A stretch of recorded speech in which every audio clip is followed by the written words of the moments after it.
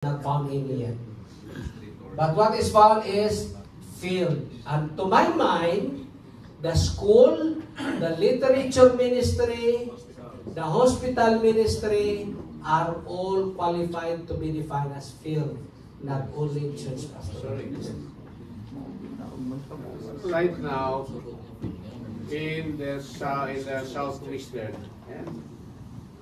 and this has been now the practice in our union, that we ordain chaplains in the hospitals. No problem. We ordain even principals as long as they are theology graduate. We ordain EPA who are graduated in theology. So I don't see no problem. Maybe in the previous, or maybe in the, what is that? In the years that have been before, but now there's no problem to this issue. Okay, thank you so much for that. Can we give a hand to that? Here in Luzon, we are also starting that. There is the certification of approval on that document. And that document is already in the group chat. Now, because of that, this is also the requirements for ecclesiastical endorsement. So those are the requirements. You need to become ordained. You will sign the chaplain's endorsement covenant, certification of active regular membership in the association, certification of regular membership from the local church board.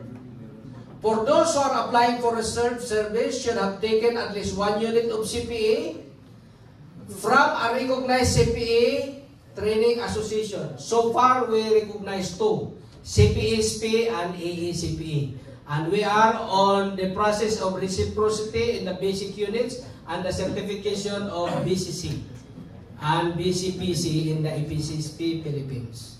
Now, this is also the general process how you will apply. Now, to solve the seemingly to balance, to reconcile, the ANC is approved to have a chaplaincy track of ordination. But let me clarify. Hindi po yan ordination ng chaplain. Isa lang po ang ordination. The ordination is only for pastors. Some evangelicals, they dichotomize that. They have ordination for pastors, ordination for chaplains. Wrong in the Adventist context. Only one ordination. Ma-ordin ka lang bilang pastor, pag na-ordin ka na, saka mag-apply specialize in chaplaincy. Is that clear? Pero ang tinatawag natin, chaplaincy track of ordination.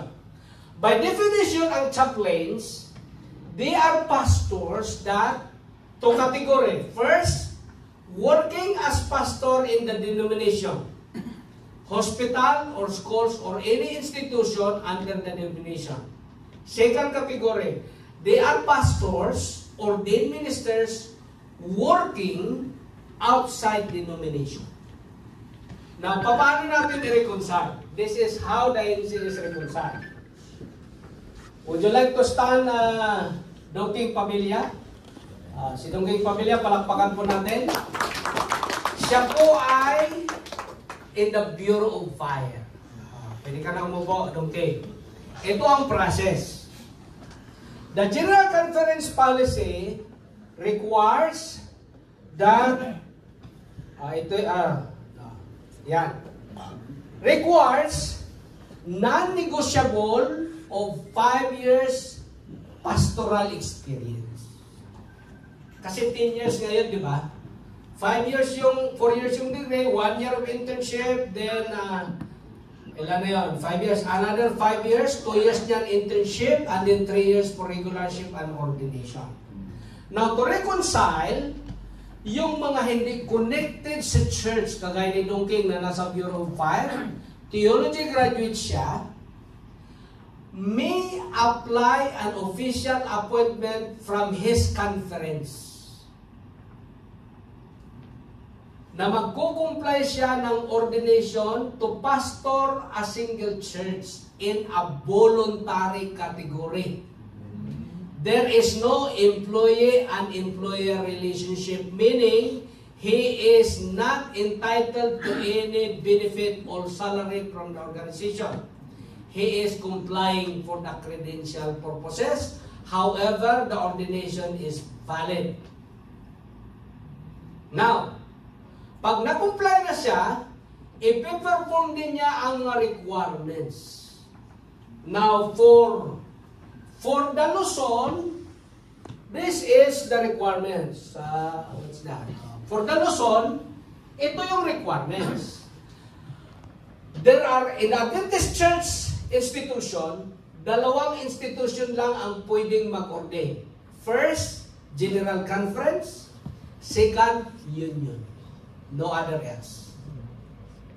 So anong gagawin? Ang institution, for example, Manila Adventist College, hindi na rin kailangang dumaan pa siya sa conference because by institution level, the institution and conference is just level as a sister institution. So ang gagawin niya, direct siya into recommendation to the union.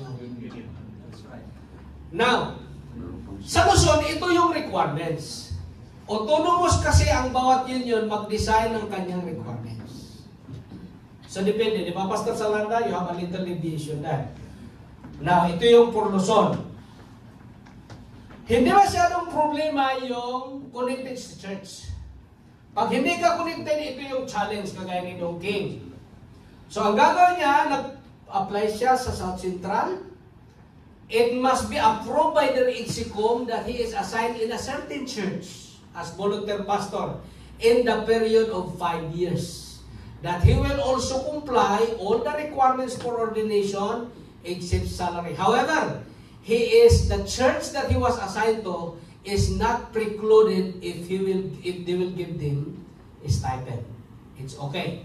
But for Dong King's case, hindi niya tinanggap yun. Dami niyang pera, laking sweldo niya eh.